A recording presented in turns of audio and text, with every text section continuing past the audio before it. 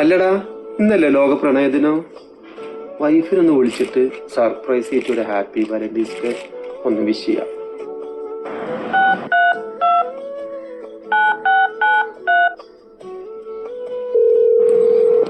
ആ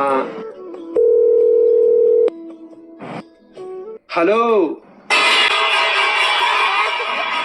അതൊക്കെ കളഞ്ഞൂലേ മറ്റത്തെ അവിടെ എത്ര പ്രാവശ്യം പറഞ്ഞിരിക്കണു ഇവിടുന്ന് തിന്നിട്ടേ ഇവിടെ കൊണ്ടുപോയിട്ട് തിന്നണ്ടേ. ഒരു കാര്യം പറഞ്ഞതും കേൾക്കൂല. പടച്ചോനെ എന്റെ റബ്ബേ, ഇന്റെ ഇടങ്ങേറ്. ഞാൻ ഈ അടുക്കളയിൽ കടന്നിട്ട് ഇങ്ങനെ നട്ടം തിരി തന്നെ.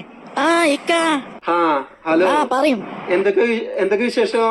എന്താ ഇവിടുത്തെ വർത്താനം? 4 കുട്ടികളെ നോക്കണം, വെച്ചുണ്ടാക്കണം, അടുക്കളയിലെ കാര്യങ്ങളൊക്കെ നോക്കണം, അരക്കണം, തിരുമ്പണം, എല്ലാ പണി ഞാൻ തന്നെ ചെയ്യണ്ടേ. അല്ല, ഞാന് ഹാപ്പി. നിങ്ങൾ ഹാപ്പി തന്നെയാണ്. നിങ്ങൾക്ക് ഇപ്പൊ എന്താ ഹാപ്പി ആവണീന്? ഒന്നും അറിയണ്ടല്ലോ. വെറുതെ ഇങ്ങനെ ഹാപ്പി ആയി ഇരുന്നാ മതിയല്ലോ. ഇനിയിപ്പോ ലീവിന് വന്നാലും നിങ്ങൾ ഹാപ്പി ആയി ഇരിക്കാന്നല്ലാതെ എല്ലാ സാധനം മുമ്പിലേക്ക് ഇങ്ങനെ എടുത്തു വെച്ച് തരണല്ലോ.